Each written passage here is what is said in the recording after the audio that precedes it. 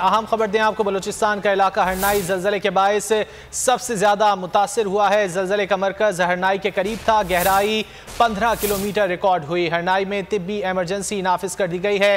पार्लिमानी secretary सेहत की जानिब से बताया गया है तमाम मराकज़ सेहत में डॉक्टर्स और अमला और हंगामी बुनियादों पर तलब कर लिए गए हैं। मकानात और छतें मुनहदम होने की इत्तलात हैं। डॉक्टर रुबाबा खान की जानिब से बताया गया है जानी नुकसानात का भी खदशा जाहिर किया जा रहा है।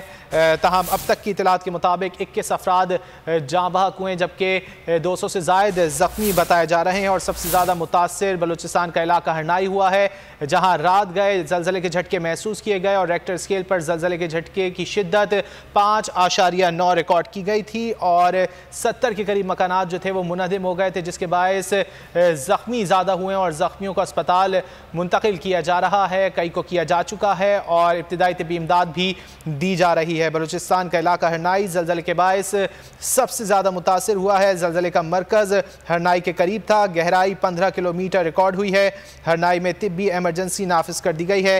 पार्लिमानी सेक्रेटरी सेहत का कहना है कि तमाम मराकज़ सेहत में डॉक्टर्स और अमला हंगामी बुनियादों पर तलब कर लिए गए हैं। डॉक्टर रुबाबा खान का कहना है कि मकानात और छतें मुनहदम होने की इत्तलात हैं। तफसीलात जान लेते हैं आरिफ तरीन से। आरिफ बताइएगा।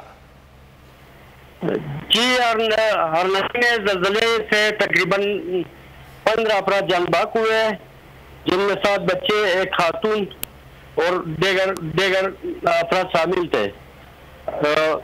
शदीद जख्मियों को पाक आर्मी के हेलीकॉप्टर में कोयटा मुंतकिल कर दिया गया है, जबकि देगर जख्मियों को सिविल जिली हेडक्वार्टर अस्पताल में इब्तिदाई तबी इमदाद के बाद उन्हें फारिग कर दिया गया। 40 के करीब शदीद जख्मी थे, जिन्हें कोयटा रेफर कर दिया गया, जिनमें 6 शदीद जख्मी को पाक आर्मी के हेलीकॉप्टर में जख्मी को जो है एम्बुलेंस के जरिए कोयटा मुंतकिल कर दिया गया। और इस टाइम सूरत ये है कि अस्पताल में कोई भी मरीज एडमिट कोई भी जख्मी नहीं है। ठीक है, बहुत शुक्रिया आरिफ तरीन हमें आगाह कर रहे थे। सब्सक्राइब करें और बेल दबाएं ताकि कोई खबर रह न जाए।